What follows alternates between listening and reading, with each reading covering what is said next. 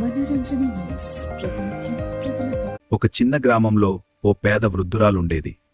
ఆమెకి ఎవరూ లేరు, జీవితం అంతా కష్టాలతోనే గడిచింది. ఒకరోజు గ్రామానికి ఓ పేద కుర్రవాడు వచ్చాడు. అతను చాలా సాధారణంగా కనిపించాడు, కాని కళ్ళలో మాత్రం దయ కనిపించింది. ఆ వృద్ధురాలు ఆకలితో ఉన్న ఆ కుర్రవాడిని చూసి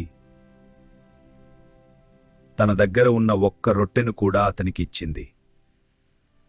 అమ్మా, ఆకలితో చిన్న కుర్ర రొట్టెనిచ్చింది. ఆ తరువాత కుర్రాడు నవ్వుతూ ఆమెతో అన్నాడు, అమ్మా, నీ మంచితనం ఎప్పటికీ వృథా కాదు. కొన్ని రోజుల తర్వాత ఆ కుర్రవాడు నిజానికి ఒక పెద్ద లక్షాధికారి అని తెలిసింది. కుర్రవాడు మళ్ళీ ఆ గ్రామానికి వచ్చి ఆ వృద్ధురాలికి కొత్త ఇల్లు కట్టించాడు. ఆమె జీవితాన్ని సంతోషంగా మార్చాడు.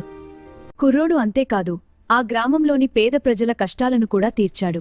నేను మీ కష్టాలను అర్థం చేసుకున్నాను, ఈ సహాయం అందిస్తున్నాను. ఇలా ఆ యువకుడు గ్రామ పేదల జీవితాలను మార్చాడు. అప్పుడు గ్రామస్తులు ఒక మాట చెప్పారు. కుర్రోడు రూపంలో దేవుడు వచ్చి మన గ్రామానికి సహాయం చేశాడు. ఆ రోజు నుండి ఆ వృద్ధురాలు ఆనందంగా జీవించింది.